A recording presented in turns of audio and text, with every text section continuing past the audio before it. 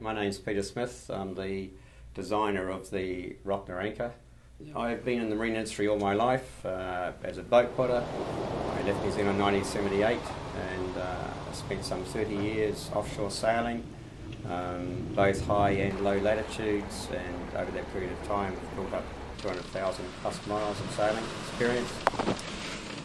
The ROCNA originally evolved from my dissatisfaction with the current anchors that were on the market. I built a boat in England, Kiwi, 52 feet long, 28 tonnes, an expedition boat, heavy duty boat. It was always in the back of my mind that we would visit the ice, so she was built as a heavy plate aluminium boat, and what I knew about the type of boats and what was required of them I built into her.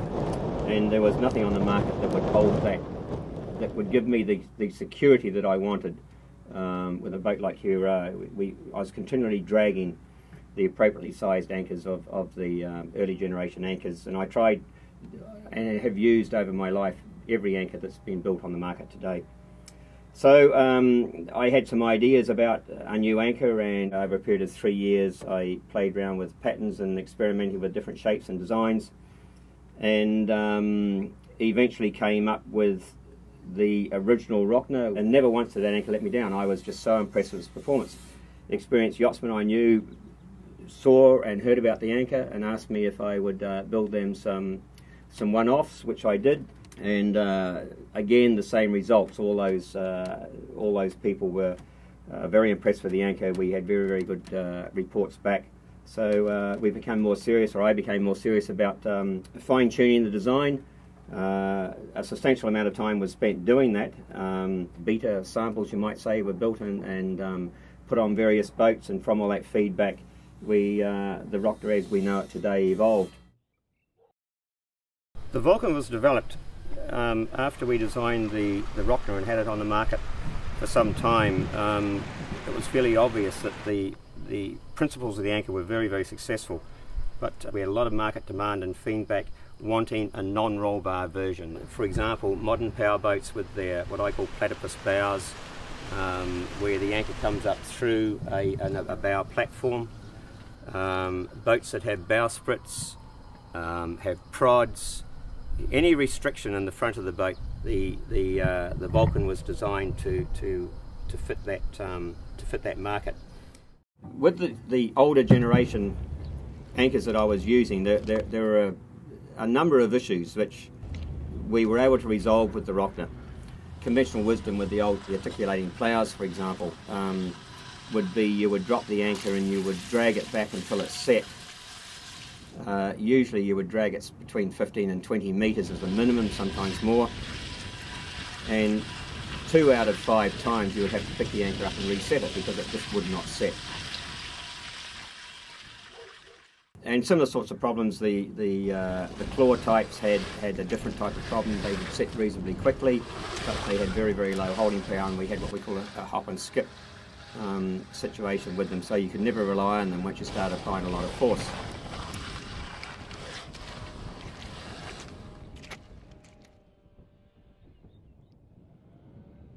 And the fixed plough types I found never seemed to have enough blade area.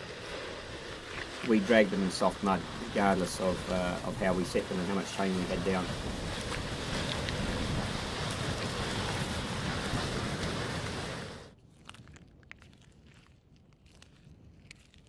The ROCNA resolved all those issues. It was, with the roll bar, it was a reliable set, and that it always rolled into the set position every time, regardless. It doesn't matter what type of bottom we were in.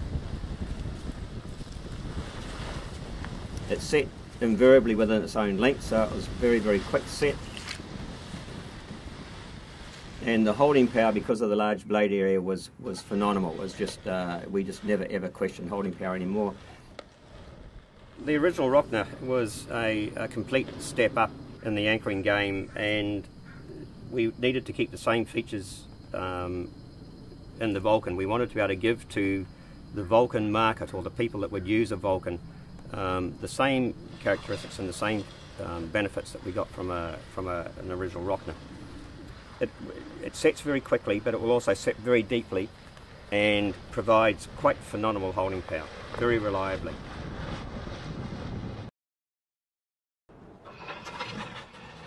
The shank has been designed for self-launching. You can see that this shape here, when it's sitting on your bow rollers, in most situations it'll self-launch.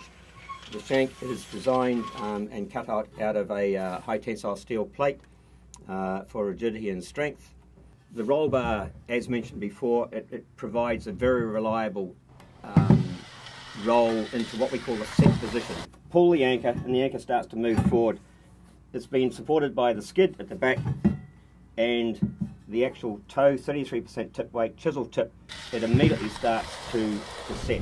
The anchor immediately goes into that position and drives down into the substrate. And you get a 90% set within the length of the anchor. Within that shank length, this anchor will have set to the point where we have, it is well set. It's probably 90% set. We have extremely high holding power because of the shape of the blade. The blade is a concave spoon shape.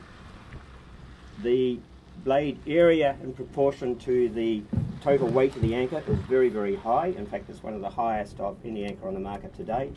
And of course, blade area is directly related to holding power and depth of set. So you have a very, very high holding power anchor.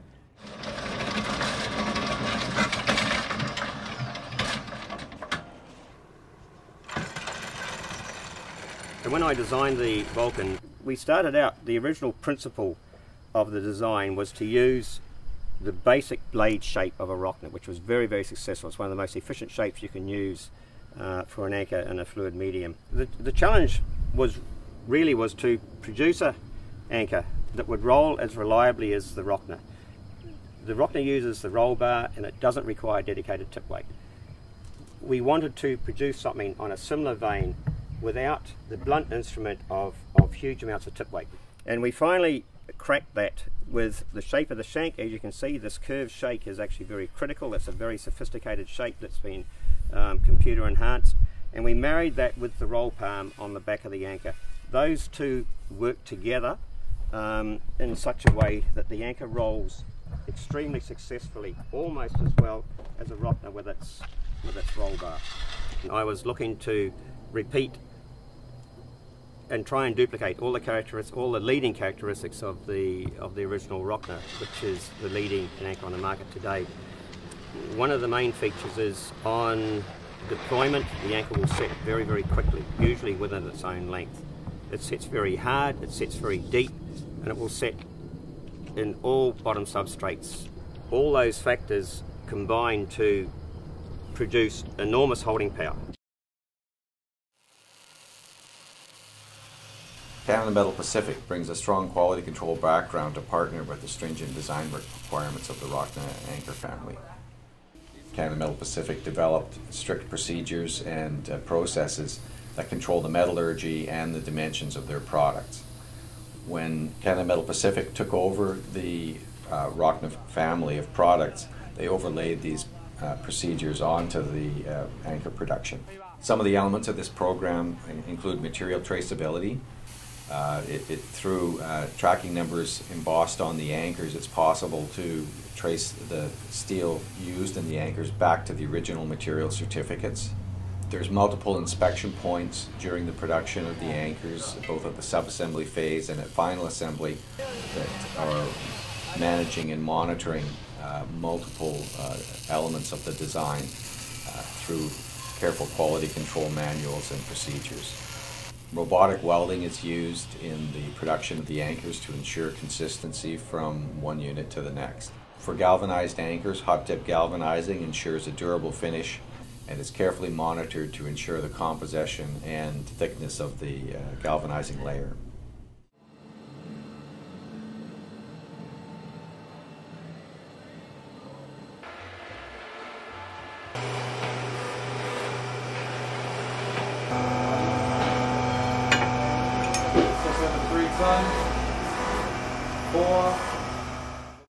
The anchor provides security, provides peace of mind.